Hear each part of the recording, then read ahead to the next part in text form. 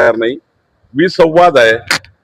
आणि अशा परिस्थितीमध्ये जो मुख्य पक्ष काँग्रेस आहे तो त्या ठिकाणी विसंवाद असल्यामुळं कुठल्याही त्या ठिकाणी निवडणुकीच्या अजेंड्यावर नाही आहे।